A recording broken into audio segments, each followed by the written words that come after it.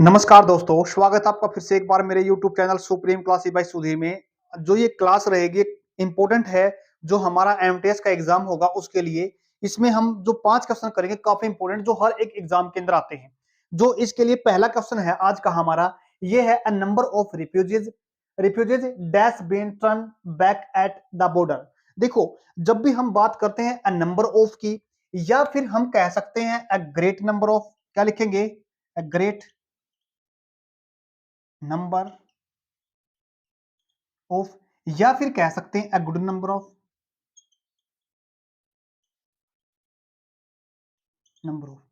तो जब सेंटेंस हम लिखते हैं a good number of, a great number of, a number of, तो आने वाली जो वर्ब होती है वो हम क्या लिखते हैं? प्लूरल लिखते हैं।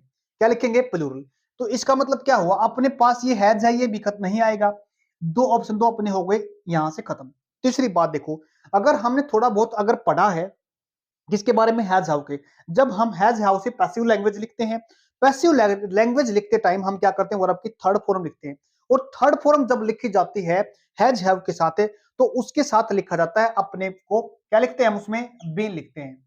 बट एक चीज और समझने की है, क्या दे रखा अपने पास? आर दे रखा है। माना कि आर हमारे पास है पैसिव फॉर्म में थर्ड फॉर्म लेता है। क्या है? जो बी की फॉर्म होती है पैसिव फॉर्म लेते टाइम क्या करती है? वर्ब की थर्ड फॉर्म लेती है। लेकिन हमने सेंटेंस के अंदर आर यहां पे क्यों नहीं लिखेंगे? क्योंकि हमारे पास क्या आया है? बीन आया है। बीन आया नहीं लिख सकते, तो बीन के साथ लिखेंगे हम सिर्फ और सिर्फ हैव के साथ लिख सकते हैं, या फिर हैज के साथ लिख सकते हैं, या फिर हम कह सकते हैं अगर पास्ट है तो हम हैड के साथ लिख सकते हैं।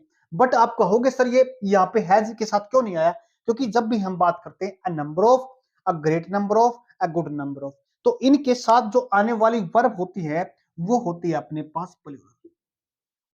कौन सी वर्ब लिखते हैं? प्लूरल वर्ब लिखते हैं। बड़े ध्यान से देखना, काफी बार एग्जाम के अंदर आता है। नेक्स्ट क्वेश्चन देखिए। देखो, अपने पास सेकंड क्वेश्चन क्या है? $10 डैश टू मच टू पे। जब हम किसकी बात करते हैं, एक हमने किसी अमाउंट की बात करें, किसकी बात कर रखी है? कि जब किसी अमाउंट को दिखाते हैं, या फिर हम किसी डिस्टेंस को दिखाते हैं, या फिर हम कह सकते हैं किसी वेट को दिखाते हैं, या फिर हम कह सकते हैं किसी मेजरमेंट को दिखाते हैं। जब सेंटेंस के अंदर वेट को, डिस्टेंस को, मेजरमेंट को और किसी अमाउंट को दिखा जाता है, तो हम इनके साथ जो आने वाली वर्ब होती है वो हमेशा कैसे लिखी जाती है? सिंगुलर लिखी जाती है। कैसे लिखी जाती है? सिंगुलर लिखी जाती है। सिंगुलर कहां पे अपने पास? सिर्फ एक जगह पे, यहां पे सिंगुलर वर्ब। यानी कह सकते हैं हम आर नहीं लिखा जाएगा क्योंकि प्लूरल वर्ब है, वर नहीं लिखा जाएगा क्योंकि प्लूरल वर्ब है।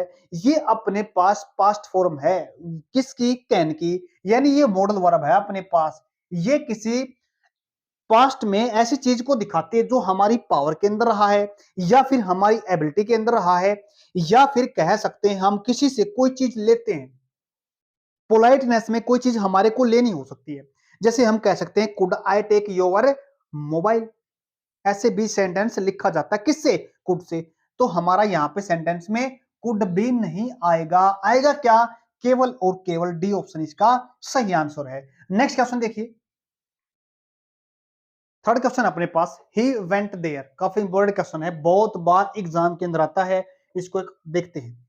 देखो, he went there dash on foot, walking on foot, या फिर बाय फुट, या विद फुट। पहली चीज तो, जब भी हम किसके बात करते हैं ना, पैदल चलने को क्या बोलते हैं? अगर जब हम कहीं जाते हैं, अगर पैदल चल के जाते हैं, तो उसके लिए सिर्फ और सिर्फ एक प्रेपोजिशन बनी है, वो अपने पास क्या है? ऑन। क्या होता है? ऑन। और पैदल चलना क्या होता है? ऑन फुट होता है। एग्जामिनर हमारे से क्या करवा सकता है? एग्जाम के अंदर गलती करवा सकता है, इसको दिखा सकता है ऑन फुट की जगह पे क्या लिख सकता है? ऑन फिट लिख सकता है, जो क्या हो जाएगा? गलत हो जाएगा। नहीं करना आपने इसको। उसके बाद देखो, सेकंड जो एग्जाम के ऑप्शन में ऑप्शन दे रखा है ना, ये भी गलती करवा रखा है। ही वेंट देयर, वह गया, ऑन फुट, पैदल गया वो। लेकिन यहाँ पे क्या दे रखा है इसने? यहाँ पे वर्ब और दे दी साथ में, वॉकिंग दे रखा है साथ में, जो क्या है? गलत है, सही नहीं है।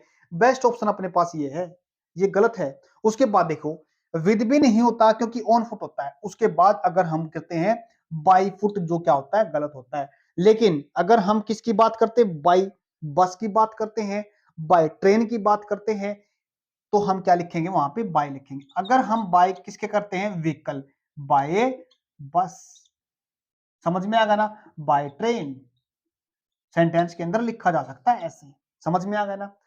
तो सही ऑप्शन क्या था अपने पास इसका, केवल और केवल ए ऑप्शन सही है इसका, गलत भी बता दिया हमने। नेक्स्ट क्वेश्चन देखिए, देखो अपने पास फोर्थ क्वेश्चन है, काफी इंपोर्टेंट है, सारे इंपोर्टेंट क्वेश्चन करेंगे हम इसमें। There is no possibility of dash coming late. याद रखना जब भी हम किसकी बात करते हैं, प्रेपोजिशन की, प्रेपोजिशन से रिलेटेड हम यहाँ पे दो चीजें देखते हैं। एक तो प्रेपोजिशन के बाद हम किसी इंसान को दिखाते हैं, दूसरा प्रेपोजिशन के ठीक बाद में हम एक पर्सन को दिखाते हैं, और एक ठीक बाद में वर्ब को लिखते हैं। दोनों चीजों को देखते हैं कैसे कैसे लिखते हैं। अगर हम सेंटेंस के अंदर लिखें किसको, अगर हमारे को लिखना पड़े प्रेपोजिशन के बाद, प्रेपोजिशन भी देखा हमने, प्रेपोजिशन का मतलब क्या हुआ, जैसे एट हो गया, इन हो गया, विद हो गया, बिटवीन हो गया, ये क्या अपनी प्रेपोजिशन होती है। प्रेपोजिशन के बाद अगर ठीक क्या लिखी जाती है, वर्ब लिखी जाती है। तो वर्ब को लिखने के लिए हमारे पास कौन से होते हैं, वर्ब की फर्स्ट फॉर्म के साथ क्या लगाना पड़ता है, हमारे को आईएनजी लगाना पड़ता है, तब हम कोई वर्ब लिख सकते हैं प्रेपोजिशन के बाद। बट यहाँ पे क्वेश्चन के अंदर पूछा गया है हमारे से, कोई प्रेपोजिशन दे रखी है, उसके बाद हमें पर्सन बताना है। तो पर्सन क्या है, ये प्रेपोजिशन थी। अब हम किसी किसकी बात करते हैं, प्रेपोजिशन के ठीक बाद में किसी इंसान को दिखाते हैं, मतलब क्या हुआ, किसी पर्सन को दिखाते हैं। पर्सन में भी हम दो को लिखते हैं, एक लिखते हैं पर्सन के अंदर किसी नाउन को, किसको लिखेंगे, किसी नाउन को, और एक लिखते हैं किसी प्रोनाउन को, दो को लिखते हैं। लेकिन प्रेपोजिशन के बाद नाउन तो एज इट इज लिखा जाता है, क्योंकि नाम होता है, उसको तो लिखने में कोई प्रॉब्लम नहीं होनी चाहिए, सीधा हम लिख देना है। चाहे कोई भी नाम है, कोई जगह का नाम है, कोई चीज का नाम है, किसी इंसान का नाम है, कोई प्रॉब्लम नहीं होनी चाहिए किसको लिखने में, नाउन को लिखने में। बट प्रॉब्लम होती है प्रोनाउन को लिखने में। प्रॉब्लम क्या होती है, क्योंकि हम एक प्रोनाउन को कई तरीके से लिखते हैं। जैसे अगर मैं बात करता हूं ना, किसकी बात करता हूं, अपनी बात करता हूं, तो अपने को मैं आई भी बोलता हूं। अगर अपने को लिखना चाहूं तो मैं माई के साथ भी लिखता हूं। अगर मैं लिखना चाहूं तो आई माई मी, ठीक है ना। अगर मैं लिखना चाहूं तो इसके साथ मैं क्या लिखता हूं, इस इतने तरीके से मैं आई को लिख सकता हूं, आई माई मी माई। बट प्रेपोजिशन के साथ कौन सा लिखा जाता है, प्रेपोजिशन के साथ लिखा जाता है अपने पास सिर्फ और सिर्फ कौन सा केस है, ये रहा जी, ऑब्जेक्टिव केस बोलते हैं इसको। क्या बोलते हैं इसको, ऑब्जेक्टिव। ये किसी यहाँ पे इंसान को दिखाता है, इंसान को दिखाता है, ये भी इंसान को दिखाता है। लेकिन ये अगर हम लिखेंगे ना, इसको इसको बोलते हैं हम सब्जेक्टिव केस। क्या बोलते हैं इसको, इसको बोलते हैं सब्जेक्टिव केस। हमने पढ़ा ना, कर्ता कारक कौन सा होता है जो काम वो करता है, और संबंध कारक कौन सा होता है जो किसी चीज के साथ संबंध दिखाता है। जैसे ये मेरा पेन है, जिस क्या बोलूंगा इसमें, माई पेन, इसको मैं बोल सकता हूं, समझ में आ गया ना। उसके बाद देखते हैं किस, इसको बोलते हैं पोजेसिव केस, संबंध कारक। क्या बोलते हैं, पोजेसिव केस। फिर हमारा क्या बचा, ये बचता है, इसको बोलते हैं ऑब्जेक्टिव केस। क्या बोलते हैं इसको, ऑब्जेक्टिव केस बोलते हैं। आने वाला जो अपना क्या होता है, ऑब्जेक्टिव केस लिखा जाता है। तो ऑब्जेक्टिव केस यहाँ पे कहां पे लिखा है, क्या ये ऑब्जेक्टिव केस है जी, बिल्कुल भी नहीं है। क्या अपने पास ये ऑब्जेक्टिव केस है, पॉजिटिव केस है, नहीं लिखा जाएगा। ये अपने पास से कौन सा केस बचा, ये रहा जी,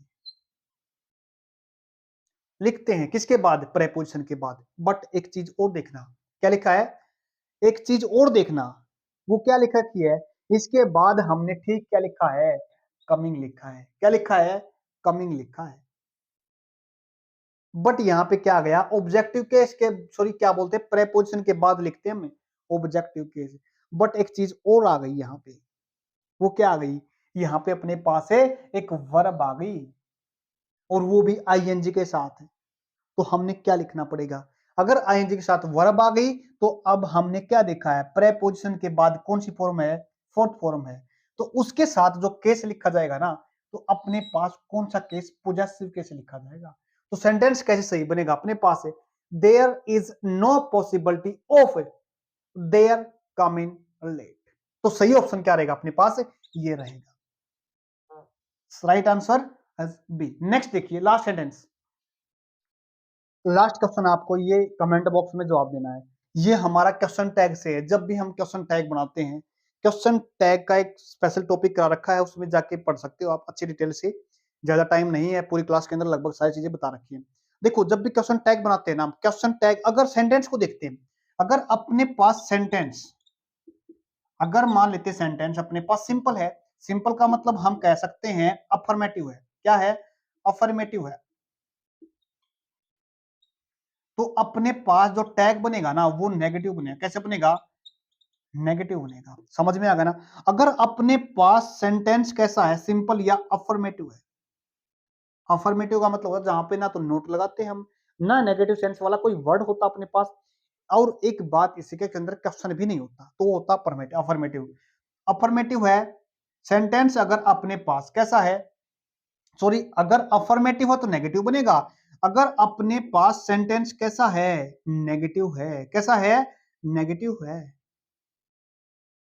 तो टैग कैसा बनेगा? पॉजिटिव बनेगा। कैसा बनेगा? पॉजिटिव बनेगा। समझ में आ गया ना? सेंटेंस नेगेटिव हो तो टैग पॉजिटिव बनेगा, सेंटेंस अगर अफर्मेटिव है या पॉजिटिव सेंटेंस है तो टैग बनेगा अपने पास नेगेटिव। तो सीधी सी बात है, इसके अंदर अपने पास सेंटेंस के अंदर कुछ ऐसे वर्ड होते हैं जो नेगेटिव सेंस देते हैं, जैसे हार्डली हो गया, स्केर्सली हो गया, उसके बाद अगर सेल्डम हो गया, रेयरली हो गया, बेर हो गया।